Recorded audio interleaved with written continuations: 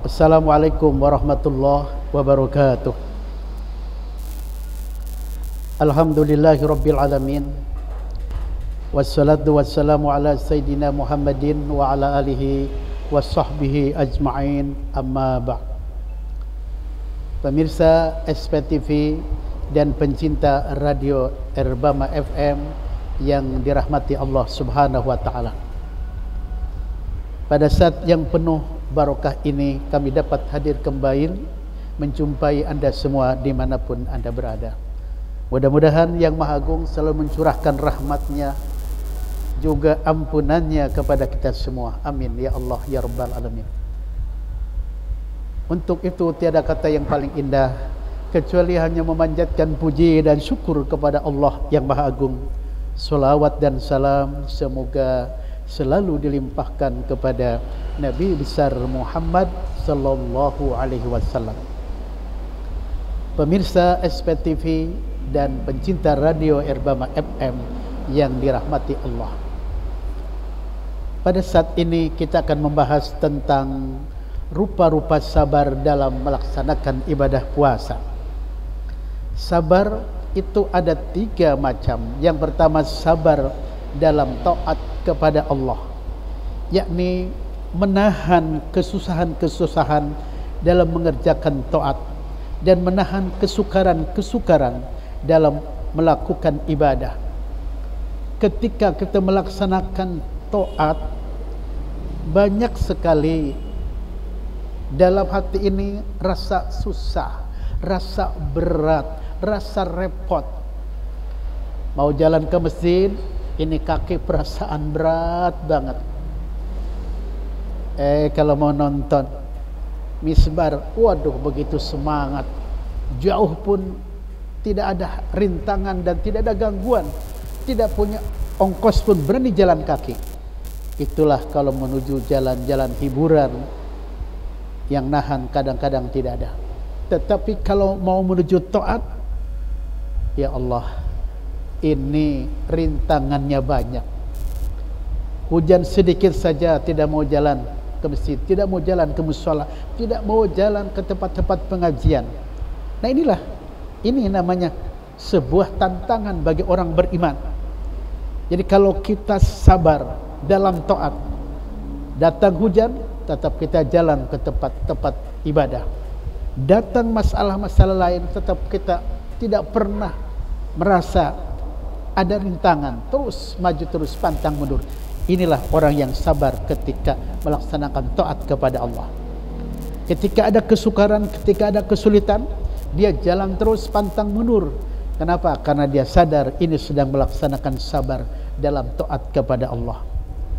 Tetapi kalau orang yang imannya lemah, orangnya mudah cengeng, hujan dikit, aduh berat, takut pilek, takut kena penyakit panas, takut kena batuk, takut ini, takut itu. Jadi seakan-akan hujan ini menjadi sebuah kesukaran untuk melangkah. Nah ini kalau tidak sabar kepada Allah. Mau pergi haji, aduh takut nanti mati, kap pesawatnya meledak di udara, nanti aja. Mau pergi haji, aduh di sananya banyak orang berjubel-jubel, jutaan manusia, takut keinjak, takut ketajong dan sebagainya. Selalu yang dipikirin kesukaran. Tapi orang yang sabar dalam taat, dia mau pergi haji, tidak ada masalah, tidak ada rasa susah, tidak ada rasa kesukaran. Saya yakin Allah akan memberikan jalan yang mudah, Allah akan memberikan jalan yang enteng, yang ringan, dan tidak ada hambatan sesedikit pun. Inilah orang yang sabar dalam taat, yakin, percaya diri akan segala pertolongan Allah. Nah ini, jadi mati dimanapun bisa terjadi, ya, bisa terjadi. Jadi nggak usah khawatir. Dengan banyak orang berjubel-jubel, kita takut nggak usah khawatir. Nah ini, jadi yang pertama sabar dalam taat, yang kedua sabar dalam maksiat, yakni menahan diri dari mengerjakan maksiat, menahan diri dari melepaskan hawa nafsu, menahan diri dari mengerjakan kemungkaran dan kedurhakaan. Ketika seseorang akan melakukan perbuatan-perbuatan jelek, dia berpikir dalam-dalam, kalau ini aku lakukan, nanti tentu bahayanya akan lebih besar. Kalau aku mabuk, badanku akan hancur lebur berantakan. Kemudian lingkungan pun akan menjadi rusak, dan semua kehidupan akan acak-acakan. Maka dia menahan diri, tidak mau minum minuman keras. Kalau dia mau judi, mau berbuat maksiat, dia pun berpikir, kalau aku judi, aku bisa hidup jadi lebih susah, lebih parah, dan juga tidak memberikan manfaat sedikit pun baik untuk diri sendiri, untuk keluarga, dan untuk orang lain. Maka dia nahan, tidak mau judi. Ketika dia mau berbuat zina, dia pun berpikir kesehatan saya akan hancur dan juga lingkungan hancur, semua hancur. Maka dia tidak berani berbuat maksiat dengan cara melakukan perzinahan, karena itu akan merugikan untuk semua orang. Dan dia sabar, tidak mau berbuat perbuatan tadi. Nah, inilah orang yang sabar dalam maksiat.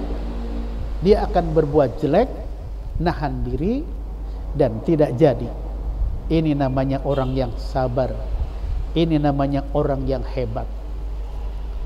Dan menurut keterangan Nabi, ketika Nabi pulang perang Badar dengan sahabat, kata Rasul, wahai para sahabat, roja'na, kita ini baru pulang min jihadil asghar, dari jihad kecil, perang kecil, menuju perang yang paling besar. Sahabat pun kaget, kok perang Badar disebut perang kecil oleh Nabi. Mereka pun bertanya, ya Rasulullah, perang apa yang paling besar? Kata Nabi, jihadun nafs, yaitu memerangi hawa nafsu. Ini adalah jihad yang paling besar. Terjadi perang antar negara itu karena nafsu. Permasalahannya kecil, akibat perang kerugian lebih banyak. Harta benda tidak terhitung jumlahnya, nyawa pun yang melayang tidak terhitung jumlahnya. Negara pun hancur berantakan karena perang. Ini semua karena mengikuti hawa nafsu. Maka kalau orang selalu mengikuti hawa nafsu, langit akan hancur, bumi pun akan hancur, dan semua isinya akan hancur. Oleh karena itu, jihad yang paling besar menurut Rasulullah yaitu memerangi hawa nafsu. Nah, pemirsa SPTV dan pendengar setia radio Erbama FM yang kemudian sabar dalam puasa yang ketiga, itu sabar dalam mengalami bencana. Ketika seseorang mengalami bencana yang menimpa diri dengan hati yang penuh kesabaran, penuh ketabahan, tidak mengeluh dan tidak mengutuk nasib. Jadi kalau ada hamba Allah ditimpa dengan bencana, dia tetap tersenyum, dia tetap tegar, dia tetap yakin akan kebesaran Allah, akan pertolongan Allah. Ini namanya orang sabar ketika mengalami bencana. Bencana itu banyak sekali macamnya. Gempa bumi itu bencana, banjir bencana, kemudian terjadi huru-hara di sana sini, itu pun bencana. Tetapi bagi hamba Allah yang beriman, ketika mengalami bencana, dia tetap tegar, dia tetap yakin akan kebesaran Allah. Kita lihat dalam sejarah Nabi Ayub alaihissalam, ketika diuji oleh Allah, di antaranya hartanya habis, dihancurkan oleh iblis, tapi beliau tetap tegar dan sabar. Kemudian anak-anaknya pun meninggal dunia, karena ketika tidur tengah malam itu rumahnya dirobohkan oleh iblis, akhirnya anaknya meninggal, anak Nabi Ayub. Kemudian Nabi Ayub pun sakit parah, tetapi beliau tetap sabar dan ibadah kepada Allah, dan akhirnya ujiannya lulus. Ini semua karena sabar yang luar biasa hebatnya, dan ini contoh bagi kita. Bersabarlah dalam menghadapi berbagai macam kehidupan yang sedang berjalan saat ini. Nanti Allah beserta orang-orang yang sabar. Kata yang Maha Agung, innallaha ma'as sabirin, sesungguhnya Allah beserta orang yang sabar. Mudah-mudahan tausiah yang singkat ini ada manfaatnya. Terima kasih atas segala perhatiannya, dan mohon maaf kalau ada kekurangan. Wallahul muwaffiq ila aqwamit thoriq. Assalamualaikum warahmatullahi wabarakatuh.